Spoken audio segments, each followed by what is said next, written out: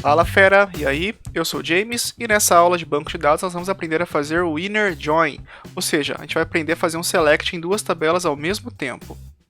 Então vou abrir aqui a conexão com o banco de dados, para isso eu vou usar o champ, vou dar um start aqui no MySQL e usando aqui o MySQL Workbench eu vou abrir aqui a nossa conexão aprendendo. Vou usar o banco escola, então para isso é só dar um use e o nome do banco, no caso é escola, Ctrl Enter.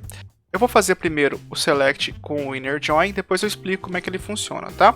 A gente vai trabalhar com as tabelas endereço e professores. Eu vou dar um select nas duas, só para vocês verem como é que elas estão.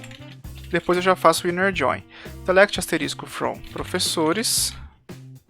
É a mesma coisa para endereços. Beleza, vou apagar aqui, vou rodar as duas, beleza. Então a tabela professores tem apenas 4 colunas e a última coluna é a que faz ligação com a tabela endereços, tá? É a código endereço. E aqui endereços, tem os endereços e tem o código, tá? Então o que significa isso? Significa que o código que está colocado aqui nos professores, por exemplo, o código endereço do Alberto é o 6. Ou seja, se a gente for em endereços, o endereço do Alberto é esse aqui, ó, onde está o código 6, tá? Avenida do Eixão, lá no centro de Brasília. Então a gente vai fazer um select que mostre direto aqui qual é o endereço do Alberto.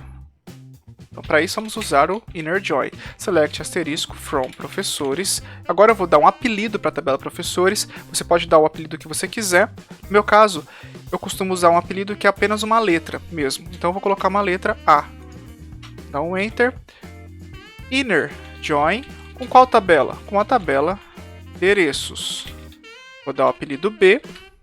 E agora a gente vai fazer a ligação entre elas. On. Agora a gente vai mostrar para ele quais colunas fazem comunicação entre as tabelas.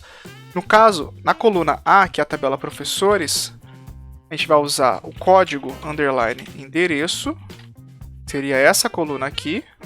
Ela tem que ser igual a B. B é o quê? B é o endereços, né? A tabela endereços. Tem que ser igual a quê? Tem que ser igual ao código da tabela endereços. Então é só colocar aqui b.código. Só isso. Tá? Então o inner join é só isso. Select asterisco from primeira tabela, coloca um apelido para ela. Inner join com a segunda tabela, coloca um outro apelido para essa segunda tabela. E aí depois é só mostrar quais colunas fazem comunicação uma com a outra. Beleza? Vamos dar um select, Ctrl Enter.